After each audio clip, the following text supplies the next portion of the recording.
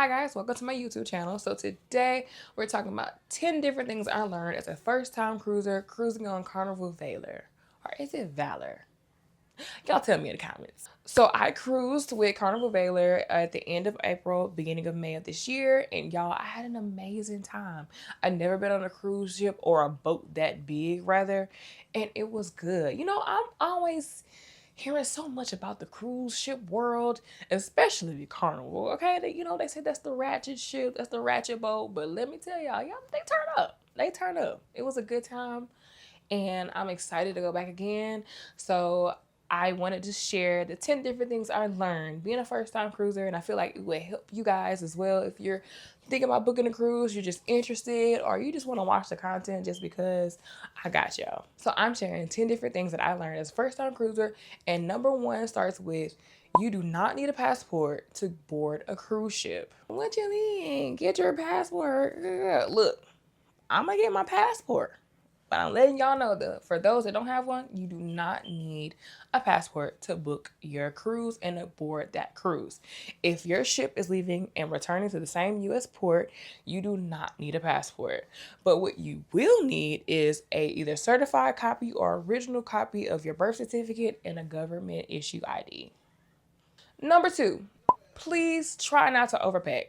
I had to learn this way the hard way. I packed so much because I didn't know what to expect. I didn't know what to do, the weather, what I was going to be getting into. So yeah, I packed a huge suitcase full of clothes, swimsuits, jewelry, all that. And I didn't even wear half of that stuff. And y'all, when you're boarding this ship, you don't have to bring your luggage all the way to your room. But when I left the ship, we brought our luggage from the room down off the ship, and I was struggling. Okay, because my suitcase was heavy, heavy, heavy. So my tip to try to help y'all not overpack is 2 outfits per day for however long your cruise is. So if you go on a 4-day cruise, 8 outfits. And me, I kind of want to say in a third, just a maybe, just depending on what it is, but 2 outfits and some swimsuits, a pair of sneakers, a pair of flats, and or heels. You're good. Because honestly, being around the ship is really relaxed, laid back. You can dress up if you want to. You can wear all the vacation outfits if you want to. If you got those looks, you can do that. But they're not necessary. It's really relaxed. It's chill. And you're going to be doing a lot of walking on that boat. So make sure whatever shoes you pack is comfortable and versatile. That's what I did. That's actually a second tip. Number 3, that boarding pass or boarding card they give you at the beginning of the trip is your life on this entire trip. So please invest in a lanyard or lots of lanyards. You can get them from Amazon. I think like a 20 pack or something, multicolor, but get you a lanyard. You get to put it on over you. You don't have to worry about holding it. You don't have to worry about losing it. It's on there, on hand, right there, right there, right there. You could put it in your wallet if you want to, but I suggest a lanyard because it's just that easy, because it's literally your life. You're going to do everything with that card. So please get you a lanyard. Number 4, having a set dining time is so much better than anytime dining. And I'm going to tell you why. So on my cruise, we had anytime dining. And anytime dining is you can go to the dining room anytime during dinner, no matter how early or late, and check in to eat. And in theory, it sounds great because when you get on that boat, you don't know what you want to get into. You don't know what activities you want to get to until you're on the boat. And so anytime dining just gives you the option to say, you know what, we're going to go early this night because we want to go to this, or we're going to go later tonight because we want to go to this, In theory, it's great.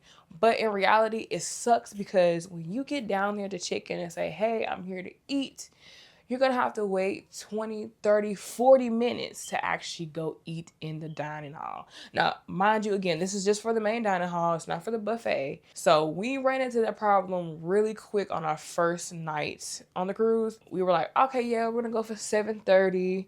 So we get down there for 7:30, check in, but we actually didn't get into the dining hall until like 8:10 or something like that. Every night after that, we picked 7:30, but we actually went down there for 7 or 6:45 to make sure we ate at 7:30. So having that set time, you don't have to worry about waiting in line. So if you have a set dining time for 6:30 You're going to get there for 6:30 and they're going to be ready to seat you right then and there. And speaking of dining, number 5, you can order up to 2 of everything in the main dining hall.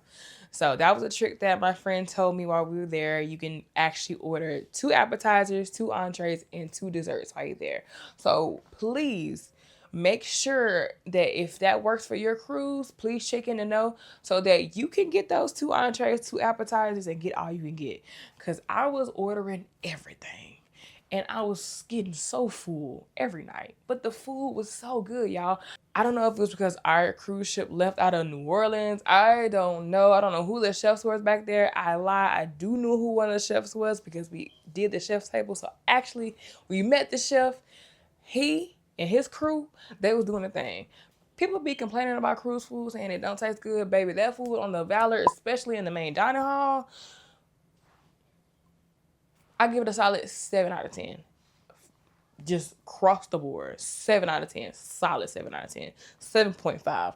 A Keithley 7.5. Okay. So definitely make sure that you get those 2 entrees, those 2 appetizers, whatever, and just try just try what you can try because every night the menu changed. So try what you want to try. If it's something new, try it because you already paid for it. So, okay. Number 6, if you want a good seat at the comedy club, go early, okay? The comedy shows are one of the most talked about things on the boat. So the people on the boat love to go check out those comedy shows. And because of that, that lounge fills up fast. And unfortunately, the lounge is way smaller. The Eagles Lounge is much smaller than the Ivanhoe Theater.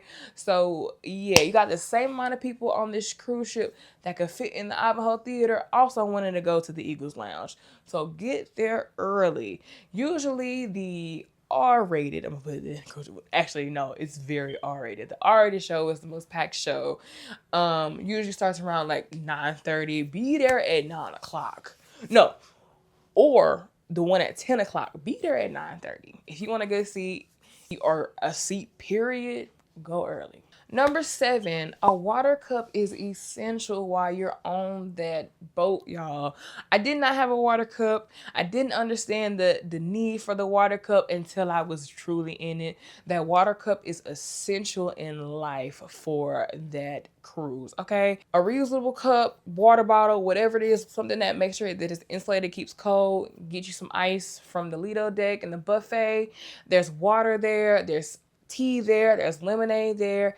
You can have you something to drink all day long there, okay? All day long, keep you hydrated, and this really makes it easier, especially if you aren't getting the drink package or you aren't getting the bigger drink package. Those are one of the ways to definitely accommodate. And speaking of the drink package, number 8, I would say the bubbles package is more beneficial than the cheers package. For those who don't know what these packages are, Carnival offers a couple drink packages that offer certain things. So the bubbles package is pretty much just your juice. No, it's just sodas, maybe juice. I don't think it's bottled water included, but just the simple things. Most things that I ended up getting from that package while I was on the boat was like Sprite, mainly Sprite. I was mainly drinking Sprite. This is all I can say. But yeah, that package is simply for just your regular simple drinks, things of that nature. They also offer the Cheers package, and the Cheers package is the regular sodas, drinks, juices, but it's also specialty drinks, including coffee, smoothies, and what it's really used for is the alcohol. The alcohol is also on that package. And me personally, I saw that getting the Cheers package was a bit overrated, at least for my trip. I paid as I went, and I had a lot of different drinks personally, in my personal opinion, but I'm also not like a huge drinker like that. You know, I'll take a drink or two, sip, sip, sip, and I'm good. The limit for these drinks is 15. I think that's including everything, but 15 is a lot of drinks. I didn't even hit my cap daily for the bubbles package, and I think it was like 10 drinks a day or something like, or $10 a day for 10 drinks. I didn't hit my limit. I really didn't. Like, it was so hard to, let me say it like this. It's so hard to consume everything on that boat, and that's everything of the activities, the drinking, the eating, everything. It's so hard to try to consume everything because if you lean heavy into one, you're missing out on the other two. So you have to figure out and create this balance. And so, in my personal opinion, I don't think it's worth it. But if you are a drinker, and you need those 15 drinks today and all 15 of them are gonna be alcoholic, go ahead for it. You hoot to you. But me, I'll pay as I go. So number 9, please bring cash for your port days. So being on the boat, everything's gonna be used with your card. It's cashless, pretty much cashless basically. Everything's going through your card. But when you get off that boat and you're on port day, cash is much more essential. There's a lot of things that you're gonna run into, a lot of shops, a lot of gifts, goodie bags, anything and everything that you would like to do. Personally, I would recommend taking cash with you. It'll just make the transaction easier. And also, you're less likely to run into potential fees. Look, it didn't happen with me, but I do know some people that when they use their card outside the US, fees get tacked on. So to avoid those potential issues, just bring cash for your port days. And the last thing I learned is you can buy your excursions on the day of your port day. So long story short, our port day in Cozumel, we were supposed to go to the Mayan ruins. We get up super early, meet our tour guide, and we get to our tour guide and he basically says, yeah, this tour is gonna take too much time to get back to your boat, so we won't be able to do it. Get your money back. Money back? What? That was annoying, but in hindsight, I'm actually glad that happened because we ended up going to Mr. Sancho's. If you know, you know. And with that being said, we had to pay to enter Mr. Sancho's, which is a all-inclusive resort, beach resort. We had to pay the day of. And thankfully, we were able to enter. So you can pay for your excursions on port day, and sometimes they're actually a bit cheaper. Depending on how like organized or like time sensitive you are, this may or may not be a good plan for you, simply because not only could excursions be booked up before the date, before your port date, also you might not know the research as far as how much time it is for whatever excursion you book, and you might not know what time, you know. So it kind of goes, it kind of can go against planning, but if you like to just do whatever when it comes to your port days, you can buy your excursion the day of and just really have a good time at the port day. So, well, those are my 10 different things I learned. If you enjoy this video, let me know. Leave a comment down below. If you have a tip for first time cruisers, leave a comment down below. And if you want to hear more things that I learned, comment that down below. I'll make another video. I have a lot of different things actually that I learned that I might just make a second one anyway, but I just said let's do 10 and we'll go from there. So if you stuck around this long, I appreciate you. Thank you, and I'll see you in my next one. Bye.